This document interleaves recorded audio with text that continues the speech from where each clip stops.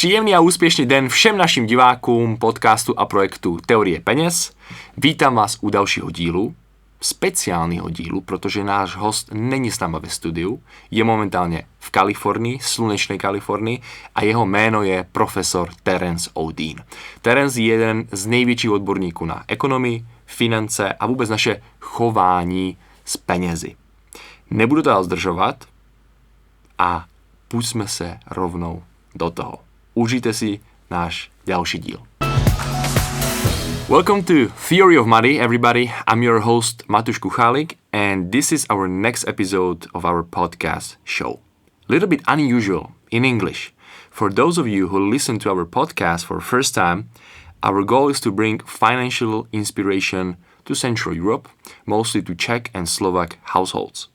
We feel like money and finance is a topic which is still a little bit in shadows, and we would like to bring it to your households closer and to show how successful people with different kind of background think about money and investing.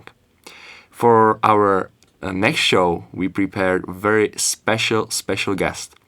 Please welcome everyone from the sunny California, Professor Terrance Odean. Terrance, welcome to our show. Thank you. I'm happy to be here. It's my honor to have you here with us, and I can't wait to jump to all topics I have prepared. But let me start with a small introduction. Terrance is the Red Family Foundation Professor of Finance at the University of California, Berkeley. He's a member of the Journal of Investing Consulting Editorial Advisory Board, of the Russell Sage Behavioral Economics Roundtable, of the Goodman Center Academic Advisor Board at the Vienna University of Economics and Business, and is also Wall Street Journal expert panelist. Terry, would you add something more to this introduction? No. It's complete. Yeah. Okay.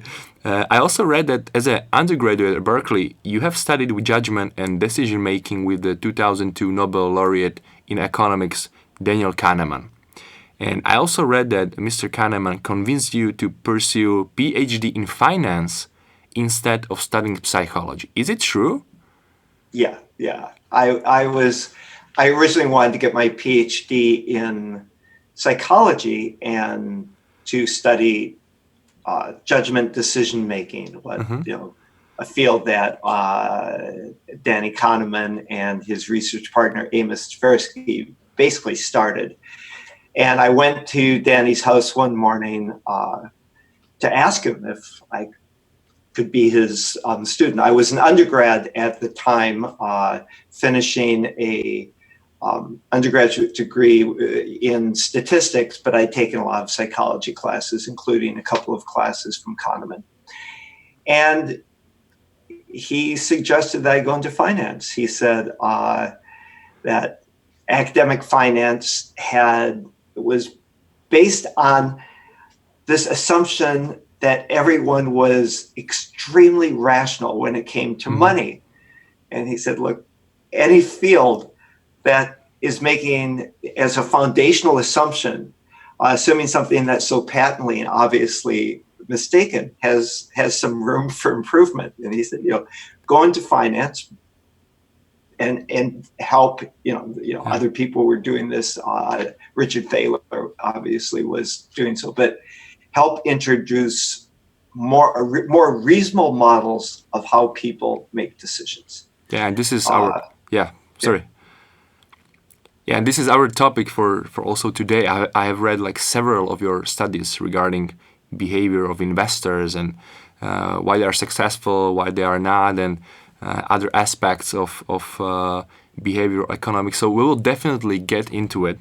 But let me start with something different. Like, what is the first thing which comes up to your mind when I mention the word money?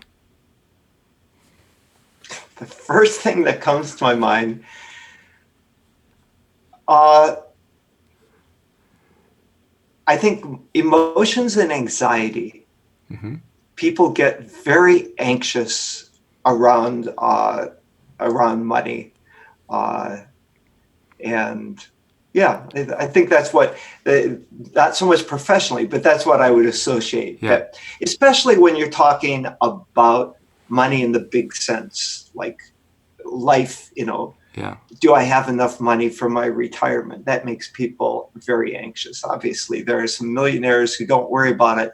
The vast majority of my friends, even the ones who are going to be okay, are still a little worried. Like they're not sure, am I on the upside of okay or a little bit on the downside of okay? And for a lot of people, starting to think long-term about money can be terrifying. Yeah, and this is definitely the important topic, which also we have here in Czech Republic. And so, what does money mean to you in general, like personally? I talk about this with my students because I teach a class on about personal finance, about making decisions in your own life about finance. And, we also read the research. There's a fair amount of research in economics now around this topic. And what you find is money doesn't make you happy, but a significant lack of it can make you unhappy. So it's like in whatever society you're in, having some sort of like what's enough to meet what your expectations are. That's important. After that, getting super rich, my impression is that the super rich aren't super happy. Some of them may be, some of them may not be, but it is important. It's sort of like it's the money, depending on the society you live in, certainly the one that I'm in, if you want to have a good place to live and to eat well and, to be able to raise your children and get an education and things like that, you need money. Obviously, societies have been organized in different ways. And one of the big trade-offs is what's provided socially by, where the government provides services and what you have to pay for yourself. One of the big differences that we talk about in my class with my students is the high cost of college education in the U.S. and how so many students are ending up graduating with a lot of student debt. It's now the biggest form in aggregate of personal debt in the U.S. right after mortgages are higher, but student debt's exceeded other forms. While if you were a student in Germany, you wouldn't be paying any tuition whatsoever. Yeah. So among other things, how much money you need depends on how your society is organized. If you have to pay for everything yourself, if services are provided, how much money you need also depends on your social network.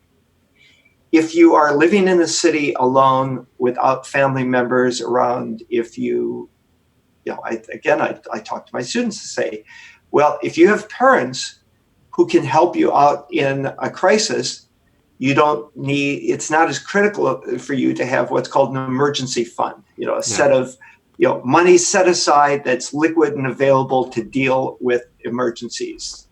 Your car breaks down and needs an expensive repair. You get sick and lose your job, or at least don't earn money for a couple of weeks.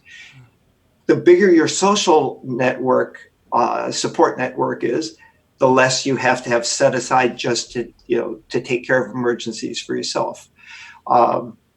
So these things vary, but ultimately money provides a certain amount of security, and I think having that security is very good for people emotionally. Emotionally, it makes it probably does make us happier.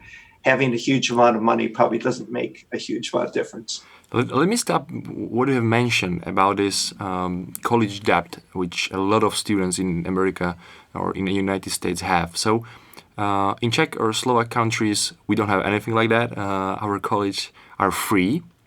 So is it also, once on the podcast, we have discussed it with a guy who lived in the United States, that when people have so much debt after the school, there is no other choice for them to be more proactive with money, to invest more, to feel like I need to do this because there is no other chance to pay off my debt.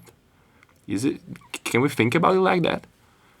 Yeah, that's an issue, and it does get discussed. It gets discussed in, particularly in professional schools, medical schools, law schools, where, say, you might have someone who gets a law degree and would like to do something, use that knowledge and his abilities to do something very pro-social, but then says, all right, I've got $200,000 of debt. I better take this higher paying job in a corporate law firm rather than go work in a not-for-profit or perhaps a profitable but more socially beneficial way. So it does, one of the issues that does get discussed is it constrains people's choices. And it certainly, I don't think it affects every student's choice as to what they do for a career, but certainly there are people for whom it does end up making a difference, where they say, well, I've got two jobs I could take. One I like better, the other will help me pay off my student debt in the next 10 years. So, okay. Yeah, it can be a problem. So if you were 30 years old again, or fresh graduate for university. Can you arrange that? Sorry? Can you arrange that? Yeah, I can, sorry. Okay. But I will try my best. How would you build the wealth? Where will you start with all the knowledge you have right now? What would be the first steps to talk to I want to really build something? Well, let's assume that I'm 30 and that I'm employed. Yeah. If I wasn't employed, I think it'd be time to find no a job. So I would set up an automated savings plan. That'd be number one. If I couldn't do it through my employer, I'd go right to my bank. I'd say, look, every month when my paycheck comes in, I want this much money transferred into another account, and this is going to be an investment account. Mm-hmm. Okay. How much? The rule of thumb that I have, that I like, is to try to save 20% of your income. Is this a hard bit? This isn't like a rule of physics. This is just sort of a guideline. If you're making a huge amount of money, if you're making a huge amount of money, one, it's easier to save a higher percentage, and it's probably less important to do so. So the struggle is more if you're starting out and you're 30 and you're living in San Francisco, across, right next door to where I live, unless you're working at Google or Facebook or Salesforce, you may not be able to save that much. So you start off saving as much as you reasonably can. You don't want to make yourself miserable just because you're saving, but it's a trade-off between sort of paying now and paying later. Yeah. If you save really a lot now, you may not be enjoying enough of life now. If you don't save anything, you could end up in poverty in your old age, which isn't so good either. So you have this goal to eventually try to save. The other thing is, the earlier you start saving, the better. And eventually you can probably save a little bit lower percentage of your income if you start very early, because the money grows, it compounds. We're going to talk a bit about investing in a moment, but if it's well invested and the world doesn't fall apart, you're going to have quite a bit of money later in life if you start early. If you start later, you need to save a higher percentage just because you've got less time for the money to grow. So you try to save, you automate your savings, you start early. That's the best beginning advice. Yeah, those are the basics. But with your answer, you open so many doors for me right now to where to head our conversation, because a lot of times I'm meeting with younger generation after school, after university, and they're like, I don't want to save. I want to enjoy myself. I want to travel. I want to do something which I love. And then on the other side, I meet people who are 35, 40, 45 years old, and they are like, why I didn't start earlier? So maybe what's behind that in our like brain, or is it part of habit that we should really start even with $20 to get it into our blood, to make it a habit, so it is easier for us like later, or how to maybe talk to younger generation that, well, you should at least start doing something, right? Sure. All right, that's a tough one. And again, it depends on your circumstances. I traveled a lot when I was young, and really probably didn't start saving till a few years later than I would recommend, but I got a high-paying job. If you're coming out of the university and you know that your skill sets, what you know, will get you a good paying job in life, and you want to spend a year or two backpacking around the world, I say go for it. Mm-hmm. Don't get yourself into debt doing that. That would be a big mistake. Like, don't borrow a bunch of money so you can go hang out in Bali for for a month or two. Yeah. That'd be a mistake. But if you can save a little bit and travel cheaply for a couple of years, but let's say then you're back. You had that fun, and it depends again on your goals in life.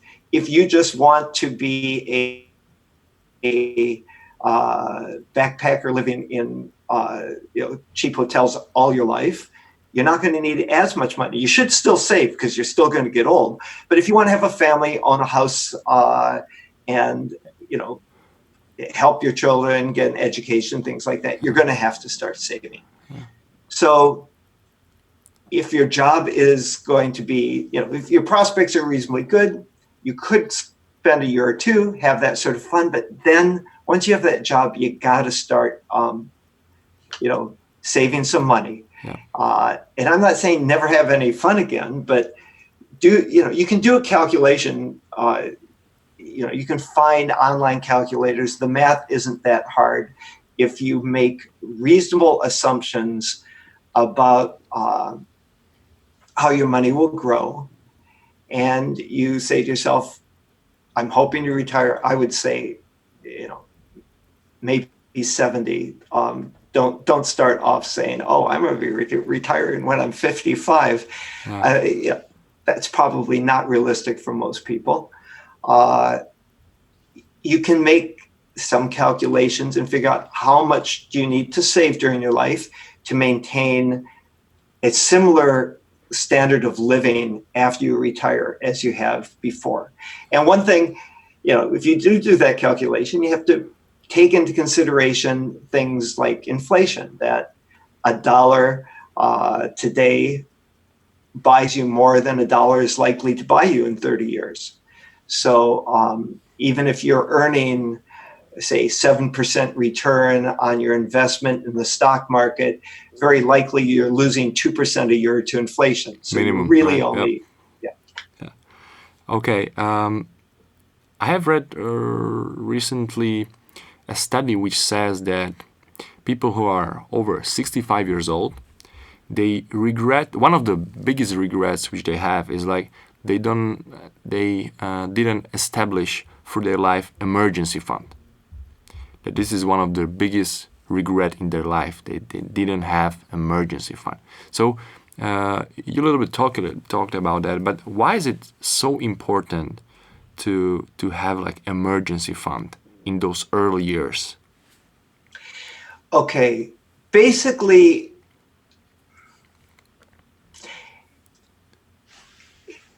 in personal finance, like in your life, for the most part, you end up in a good place because you consistently do things that they don't have to be optimal, but they should be close to the right thing. Like you start early saving, you save a reasonable amount. You pay attention to your spending, and I think part of that is you should enjoy life, but you decide what spending how you're going to spend money in a way that makes you happy. The other thing, though, is that you have to protect against the unexpected that goes wrong, and there are various ways to do that. You should have, depending on your circumstances, for some sort of financial crisis, there's insurance. So if you get to the point that you own a house, you're going to want homeowners insurance. Houses sometimes burn or other things happen, but fires are probably the biggest destroyer of houses. Yep. And that's going to be a disaster in your life if you don't have insurance. You have to have insurance for your car in case, if you cause an accident and you are financially liable for a lot of money, you need insurance for things like that. This is the very important, very interesting thing, because I feel like people will insure their real estate, they will insure their car, but they don't insure themselves, because they think that nothing can happen to them. Do you have maybe kind of similar feeling, or is there any study for it? Sure. So there's, I assume in Czech, as in here, there's a form of insurance called disability insurance. Yeah. And this is basically insurance if something happens to you and you can no longer work, so that you get some income. As you know, I've made 40 or 50 videos, the YouTube videos on different aspects of personal finance, about investing, about savings, and about insurance. And in one of these videos, I tell a true story of something that happened to me. At the time, I was married, had 3 children, 3 daughters, and I had quite recently gotten a job as a professor. So I had a good income, and I went. It was a very hot day. I was with friends in Northern California, near the coast, near Mendocino, and we went down to a river. It was a long walk down to a river to go swimming. There were about 12 of us, and everyone got in the water before me. And then I did something that I knew you should never do. I'd been told from the time I was a child to never do, which I dove headfirst into water that I couldn't see into because the water had gotten muddy. And it turns out there had been a little railroad bridge that went across, and there was a pier, a big piece of wood sticking up that was about a foot below the surface. I hit it. I broke 5 ribs. If I'd hit someplace else, I might have killed myself.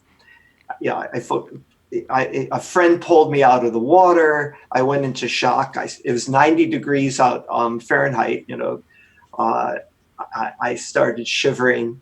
A couple days later, I was talking to my wife, and we realized that I was saying things like, "Wow, I could have died," and then we realized that if I had died, that for my family, that would not have been the worst financial outcome.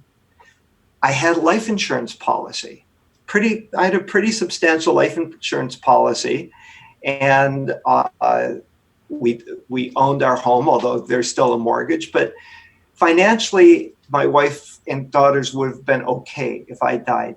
But if I had injured myself so badly that I could never work again, it would have just been a disaster. Even worse, there would right? Have been, there would have been no life insurance payoff, no income coming in, and probably someone would have had to care for me. So really, the life insurance is important if you have people in your life who you love who are financially dependent on you, and that's usually children. Until then, you don't need life insurance, but you probably need disability insurance. And again, it's going to depend on the country you live in and whether society is going to take care of you or not. In the U.S., not so much. Yeah. So disability insurance is important. And it can be combined with, as we were discussing, emergency fund. An emergency fund is where you have liquid savings, meaning something that, it might not be it won't be sitting in a checking or necessarily savings account, but it's money that you can access fairly quickly if you need it. And it's for emergencies. And one emergency would be you have an injury and say you can't work for a month. Well, there should be enough money in that emergency account so that you could not work for a month, 2 months, 3 months, maybe even 6 months. But long term, you want to have some sort of disability insurance policy. So if something really bad happens, and it's not usually on the job injuries. So people say, oh, I don't have a dangerous job. I don't need that. Well, your job, having a desk job isn't going to protect you from getting cancer.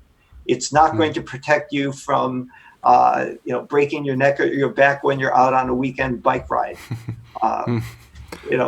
Most of the things that happen to people that where they become disabled and can't work don't happen on the job.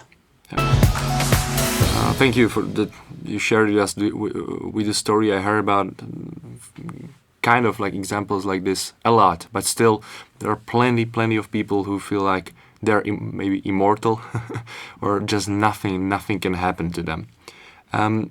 Let me jump into one topic which I guess everybody loves: spending. So what advice would you give to people who really love to spend? They're like, I can save any money. It's just coming and just going away. Is there any tool, any maybe just thought to put it in our brain to change it, or how we can become more savers than spenders? Yeah. Well, I guess the advice, one piece of advice I've already given, which is automate your savings. So a general principle, sort of in behavior in general and behavioral, economics, is make behaviors that you want to see more of easy or automatic, and make behaviors that you want to see less of more difficult. So you should automate your savings. Spending. So there are different things. Like a lot of people get themselves into debt and financial trouble with credit cards. Now, credit cards are tremendously convenient, but they can be dangerous. There was a time when the school term would start, that near the student union, there'd be all these companies basically handing out credit cards to students. They can't do that anymore. And it was because a lot of students got the credit card and boom, they were just spending the money as if someone had, slapped $500 in their hand. Through the limit, and not really comprehending, like not paying attention to how much they spent, not thinking much about the consequences. So if you have good self-control in terms of spending, then a credit card offers a great deal of convenience. For some people, it's not such a good idea. It might be, I tell my students, when you first get a credit card, you don't really know what your relationship is going to be, with it. You might have some idea, but you don't know, am I going to be someone who, this is fine? It's kind of like these other things that, you're 16. Exactly. Yeah, when you first start drinking, you don't know if you're going to be the person who can drink a glass of wine at dinner, relax, enjoy things, or you're going to be a person who has one drink, and by the time the night's over, the world's spinning around. So I tell my students, get a credit card, yes, and then for the first month or two, don't even use it. Just relax a little bit. Yeah. Credit card, and then take an expense that you're going to have to pay. Like maybe it's your cell phone bill or something like that. and put that on the credit card, and then every month pay that. And once you're confident that you're going to pay off everything that you spent that month at the end of the month, then maybe start making discretionary expenses on the credit card, paying for dinner or buying something on Amazon or something like that. But you have to watch yourself, because the really important thing with the credit card is, am I paying it everything at the end of every month when I get the bill, or am I going into debt? And if you're going into debt, you have a problem. And it's going to be an expensive problem, because credit card companies charge a huge amount of interest. It's just, sometimes I'm amazed that it's legal, but they charge a lot of interest. So it's really a question of, if you're spending in a way that prevents you from saving, are you spending in a way that is leading you into debt? Are you spending in a way that at the end of the month, when you think about it, makes you less happy?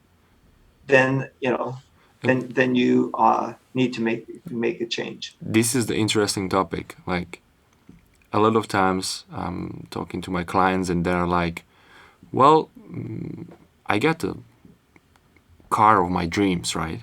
I bought this and I really wanted it. I worked for it, but now I have it and it doesn't bring me so much joy. It's not maybe like what I feel it was supposed to be. So how to spend happily? Do you have any maybe recommendations? Sure. So I read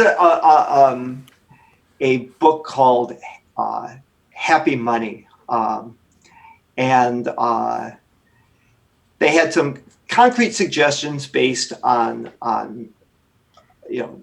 research.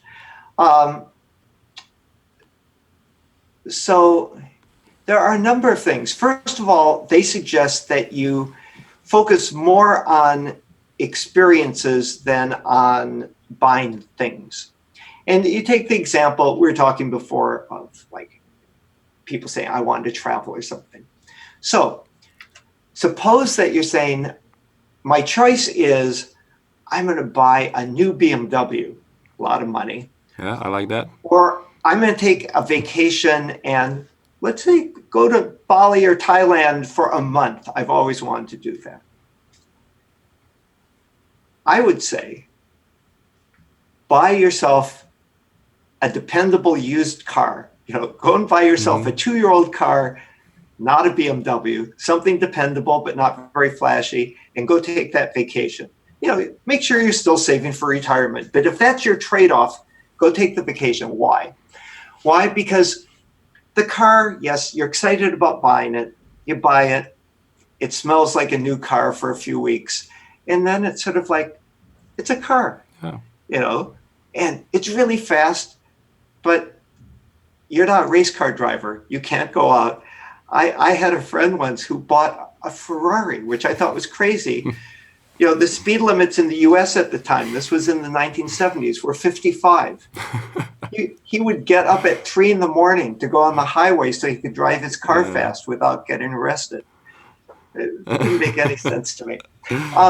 But when you do experiences, you get to enjoy planning, like you get to enjoy planning that trip to Thailand. Yeah. You enjoy the experience and you come home and you keep enjoying it. Imagine this. You have 2 friends. One of them buys a BMW and the other one goes to Thailand for a month. And one day, one of them invites you to dinner, you go to dinner, and that friend spends most of dinner talking about the BMW. Then you go to dinner with the other friend, and the friend spends most of the dinner telling you about the adventures that she had in Thailand. Which sounds like a more interesting evening to you? Honestly? Yeah. Well, I mean, so you get to the experiences, you get to relive them.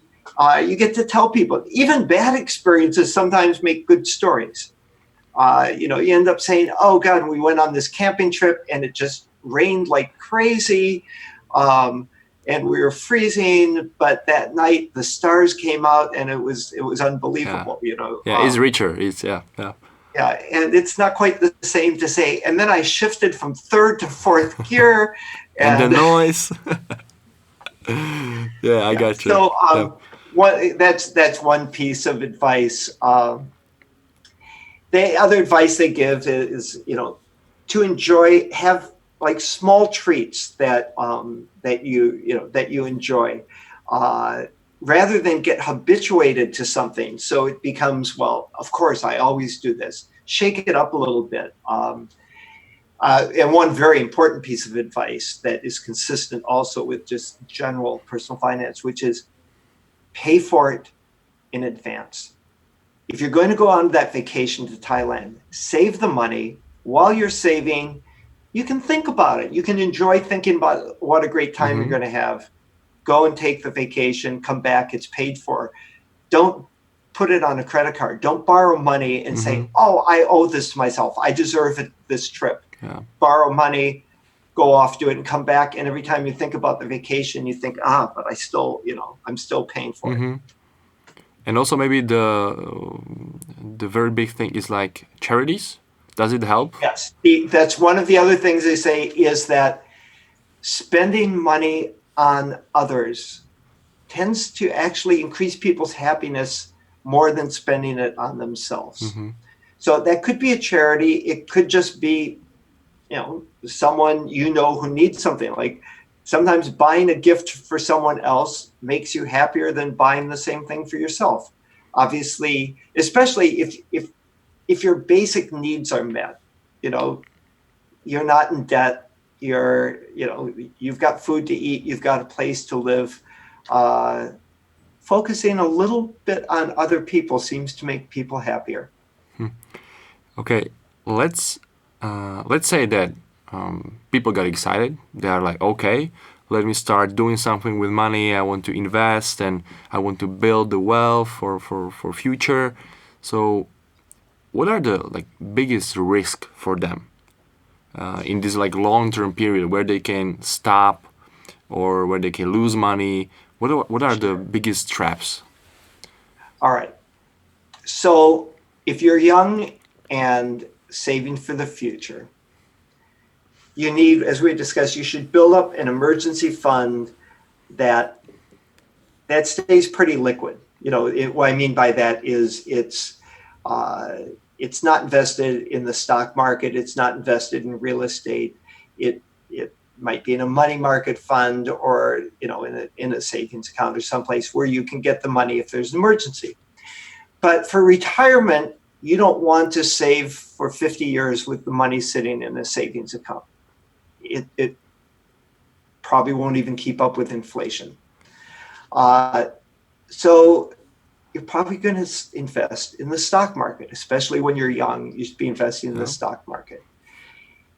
That, for most people, is the best decision that they can make when they start off making their long-term investing.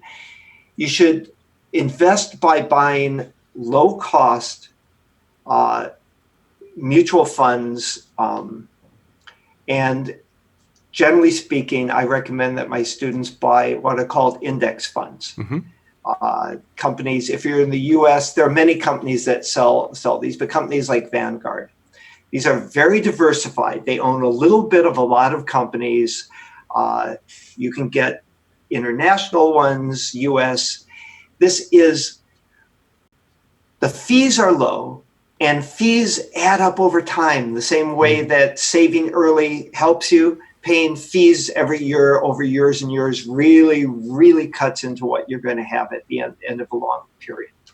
So funds that charge low fees and are well diversified, that means they own a lot of small positions in a lot of things.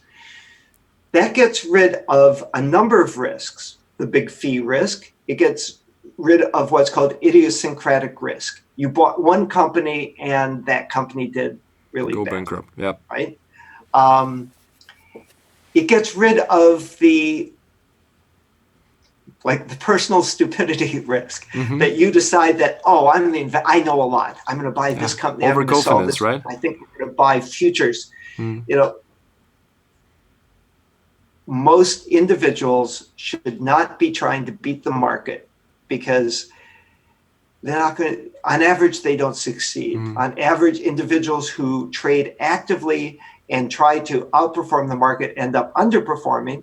And it's not so hard to understand if you realize that when you start actively trading in the market, it's not like playing a video game, you against the machine.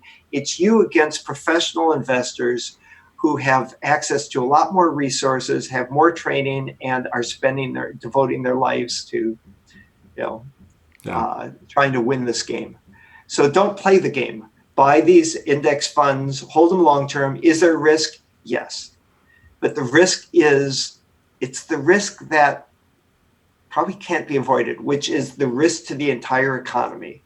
If you're invested in index funds, like a world index fund, you run the risk that the world economy is going to do badly. But there's no way, there's that risk has to be borne by someone. So you can't avoid that. I can't tell you that if you buy index funds, you will definitely have a lot of money in 40 years. I can say it's your best, that's going to be your best option. How can we really stick to the plan? Like, should we like set a goal and then it's easier for us to have the vision of the goal, or what can help us? When you're starting off, I would say stick to the plan by automating everything. Again, every month, money goes into your account and it's automatically invested in this well-diversified, low-fee fund that you've chosen. Don't spend your days looking up to see how the stock market did. I'm a finance professor. I don't look to see how the market did every day. I don't look every week. I hear, I can't help but sort of know, yes, it's up or it's down. I never look to say, oh, so does that mean my retirement account went up this much, or, oh, it went down that much? I say, I'm long-term. It's going to be what it is. I make the best decisions I can. Now, at some point, if you end up saying, wow, I have, I'm 65 and I've saved more money. One other thing, as you get older, if you're saving enough, as you get older, you start to get a little more conservative in your investing. Okay, now, you don't want to be, 65, have just what you need to retire and have it all in the stock market, because and the crash will come and it will be like minus 40%. Along those lines, I got a call one day from a friend of mine, Jonathan Clements. He used to write a column for the Wall Street Journal. Now he has a blog and he's written several books. And the market had just taken a significant fall that day. And he was writing the column. He said, well, what would your advice be for my readers? And I said, well, if you're on the West Coast, I'd suggest going to the beach today. And, if you're on the East Coast and it's raining, you might want to go to a movie. But whatever you do, don't spend the day reading about or watching TV about how the market's down. Yeah. You're a long-term investor. Don't worry about what happened today. Take a long-term view. What is your, in history of you, what is the best investment you have ever made? I don't actually mean like, it can be a stock, it can be index fund, but it can also be something small. I don't know, book which open your mind in many other ways. Do you have something like that? Actually, the best investment I ever made takes us back to the beginning of our discussion. The best investment I ever made was in my education, in my PhD. Mm-hmm. And the best advice I ever took was Danny Common's advice to get my PhD in finance. Yeah. Yeah. I mean, seriously, that has paid off. It's gotten me a couple of things. I have a good income and I like what I do. Great combination. Do you do any budgeting at your home, like with your family? Do you use any tools? like tools for budget? Oh yeah. If you set a budget, there are a lot of tools for budgeting. So you should know what you're spending, and you should definitely know that you're spending less than you're making, and that difference is going into savings.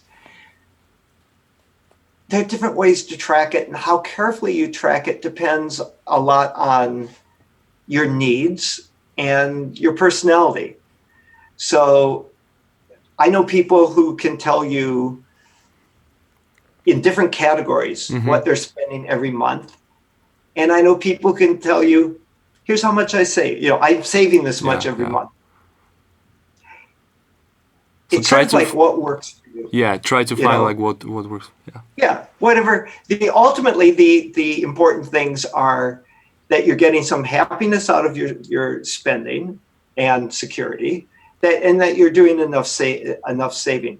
So especially like if you're starting off in life, and you've got a job and you get your apartment stuff, there's a definite advantage to doing a little budgeting. Track your expenses, see where the money, if you're struggling to save or something, say, well, where's the money going? Is there something, is there a place where I could cut back a little bit without cutting back on my enjoyment in life? If you need to save more. And, there are all sorts of online tools now that will make tracking your spending very easy.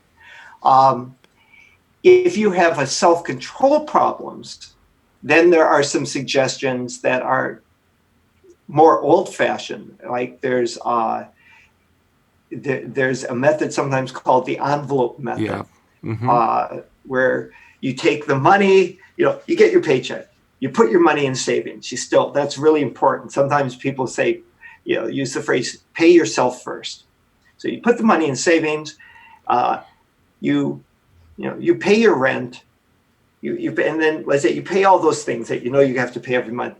And now you've got this much cash, and you put it in cash and you put it in envelopes. You say, okay, here's the money for groceries this month. And here's the money. And then finally, here's the money, my fund money for this month.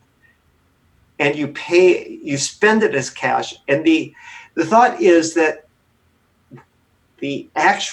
when you see that pile of money go down, it helps get it into your brain that this is all that's left. Yeah, when it's gone, it's gone. And that's very different from spending with a credit card, where you don't have any feeling of like, I don't know, I just virtual, hand the guy the card. Yeah. I walk out, I walk out the store with something. So, there are different methods. Different methods work better for different people. As I say, if you get in trouble with credit cards, actually, you're better off without one. Yeah. Or there's a compromise, maybe that you never use it. A student, I was teaching a class once, and on a midterm, I asked students to give an example of what we call a friction taking the place of self-control, making something a little difficult, helping you control yourself. And one student told this story. She said, well, my mother has a problem that whenever she gets emotionally upset, she goes to the mall. She goes to a store and spends money. And she said she came up with a solution that she'd read about a couple of years ago, where she would take her credit card and put it in a Tupperware container, in a plastic container, fill it with water and put it in the freezer. And then when she got upset, she would have to wait for the ice to thaw before she could go shopping. And that helped. And she said that worked pretty well for about 3 years. And then she got a microwave. Yeah, nice. Yeah. Okay. So, different things for different people. If a credit card really is a problem for you, lock it up. And if it's still a problem, get rid of it. For most people, that's not the case. The analog, the envelope method, that's not for everyone. It would drive me nuts. But it does work for it works for some people, and some people need that actual sense of the money is the money's going away. Time is running up, unfortunately. So one last question. You have done so many research for your life. For our listeners, if you are interested in behavior economics, please find Terry online or on YouTube. You will get to those materials. But maybe one question for you. What was the biggest surprise in those research for you over the years? Like you realize, oh really? Did you find anything like that? Yes, actually, it was one of the very first studies I did. I had written a theoretical paper that said if people are overconfident, if they think they're better, if investors are overconfident, if they think they're better at investing than they are, they're going to trade too much. And what I thought would happen is that investors would have an idea and it wouldn't be as good as they thought it was, and they'd lose money because of commissions and transactions costs and stuff like that. I got data and I was able to study this. And what I found out was that even before you subtracted the costs of trading, the average investor was making bad decisions. They were buying stocks that went on to do worse than the stocks they had just sold. So I was actually surprised to find out that investors could choose good and bad stocks, but they got them backwards. Yeah. So they were picking losers, actually. Yeah, they were making bad choices. No one was forcing them to do it. They were just making bad choices. That was a big surprise. I've later confirmed it. We've looked at the cost of trading can be huge for investors. We did a study, my co-authors and I, of every investor in Taiwan. And one of my co-authors was able to get us data on the trades of every single investor in Taiwan. And we looked at how the individuals were doing as a group, all the individual investors in Taiwan.